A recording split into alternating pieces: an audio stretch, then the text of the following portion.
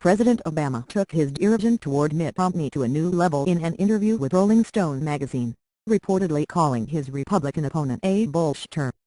Politico on Thursday morning published excerpts from the interview, set to hit newsstands on Friday.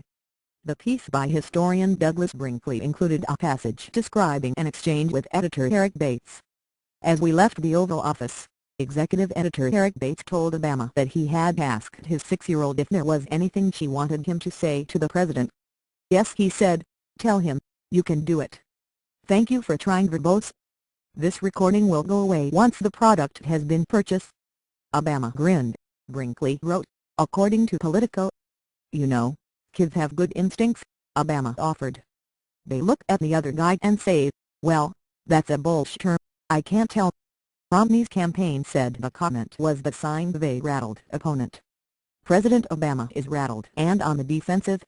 He's running on empty and has nothing left but attacks and insults.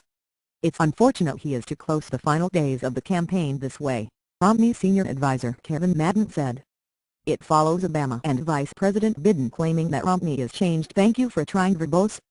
This recording will go away once the product has been purchased." His positions in order to appeal to moderate voters. The president has taken to calling the alleged flip-flops amnesia, which he jokes is a condition that can be cured. Again on the stump in Tampa Thursday morning, Obama said, "If you're starting to get a temperature, eyes blurry, showing symptoms.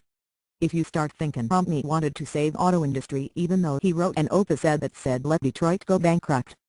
If there's a fuzziness to policies on your website, don't worry because this is a curable condition and Obamacare covers pre-existing conditions. The thank you for trying verbose. This recording will go away once the product has been purchased." Tone of the presidential race has become increasingly testy. During the final debate, the president mocked Romney for complaining about the size of the Navy. "You mentioned the Navy, for example, and that we have fewer ships than we did in 1916, Obama said. "Well, Governor, we also have fewer horses and bayonets, because the nature of our military's changed." Republicans, though, claim Obama has made his election about small things with his one-liners and jokes seizing on social media sensations like Romney's debate comment about cutting PBS funding despite his affection for Big Bird. "Thank you for trying verbose.